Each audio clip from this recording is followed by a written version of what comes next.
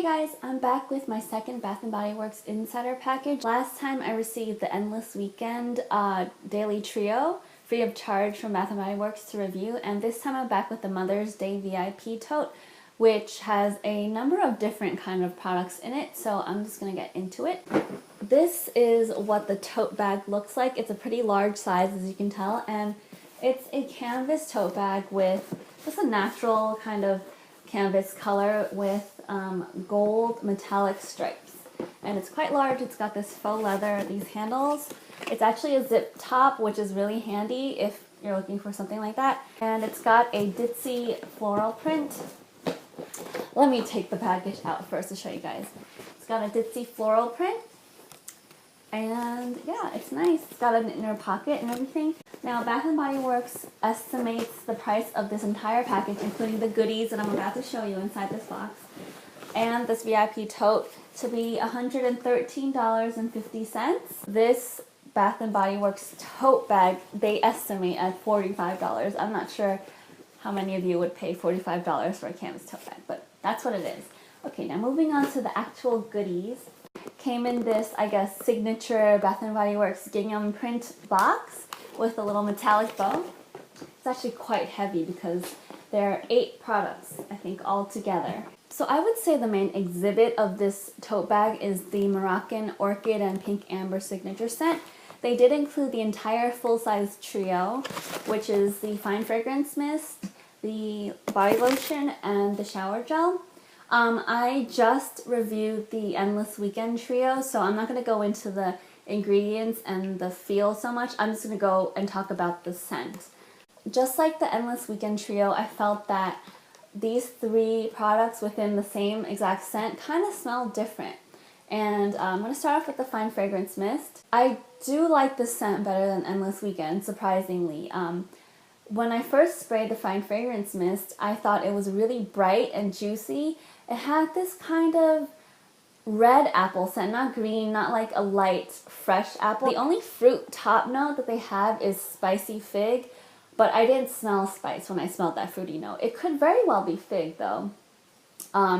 Unfortunately, as with the Endless Weekend Fragrance Mist, after the top notes dried, it became kind of more one-noted. It was kind of musky, I would say, but it also had this sharp note. I looked into the notes that Bath & Body Works listed for this fragrance, and the 2 notes that I thought maybe exemplified this sharp, kind of green, kind of woody note were the Desert Sand Accord and the turmeric, or turmeric. I do prefer this scent over Endless Weekend. I think it's a little bit more mature. It's got more spice in it. It has the spicy fig, the turmeric, and of course it's got the amber and the cashmere wood. I sprayed this on maybe half an hour ago.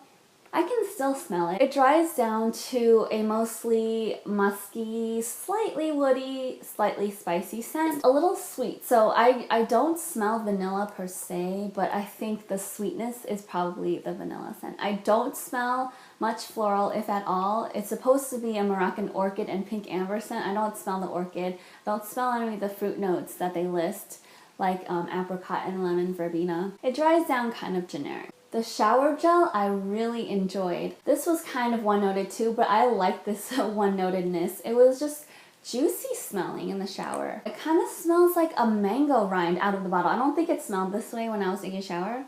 I thought I smelled some like apple/fig when I was in the shower. The staying power was a little better than the Endless Weekend one.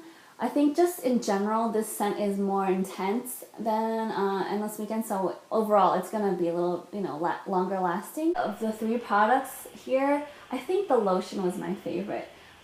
This has a pretty different scent from the Fine Fragrances. I would say the shower gel and the mist were pretty similar in terms of at least the top notes. The thing I like about the body lotion is that it has a more dimension almost when it actually dries down. When I put this on my hands, there was this lemony kind of scent. I think it's from the lemon verbena. It also has a spicy, peppery, musky scent that I really enjoyed. I thought it was just more nuanced than the other products in this scent. This one is the most accurate to the notes. I really enjoyed this one. Like with Endless Weekend, I'm going to be writing a full-length blog about these products, so if you want to check out the top, middle, dry notes, and when I think about it and the ingredients, I'll be linking in my blog post down below.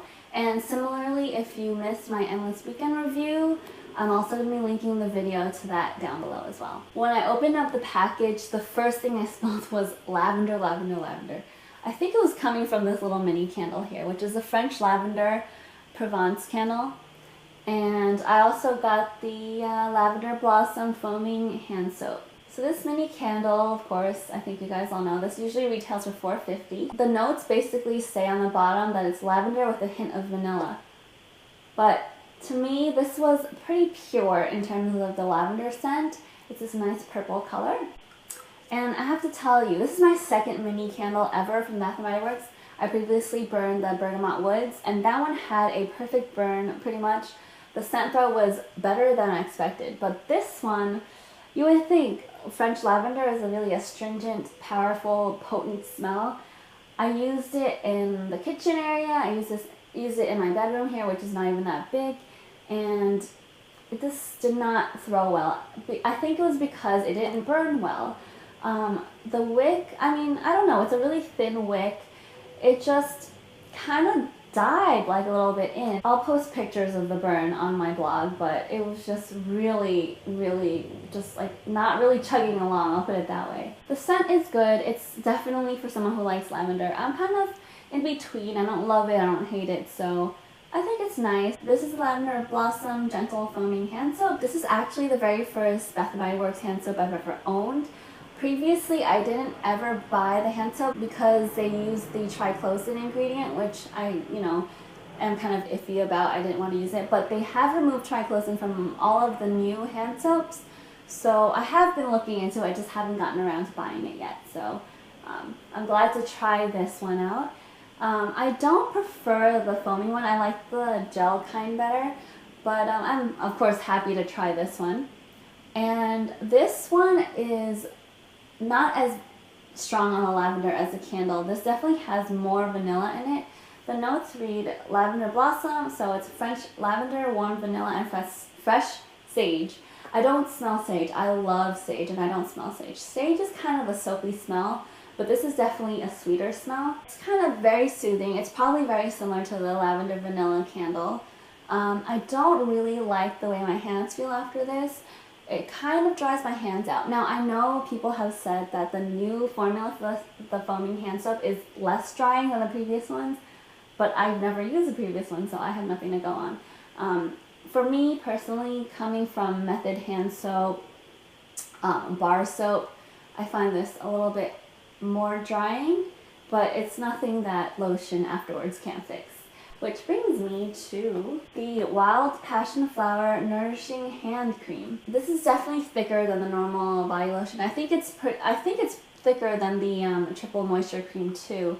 It's a nice handy size. Seeing something like Wild Passion Flower, you would think maybe passion fruit with a touch of floral. But this, to me, smells like melon and flowers. I'm not a huge melon fan. I think melon's a little sickeningly sweet to me. This hasn't been terrible though. This dries down to a powdery, kind of velvety finish, which I really liked. But ultimately, it wasn't really that hydrating. It only lasted about an hour. I hadn't even washed my hands and I felt like I needed to reapply. So that's what I think of this one. It kind of has a 90s Bath & Body Works scent to it.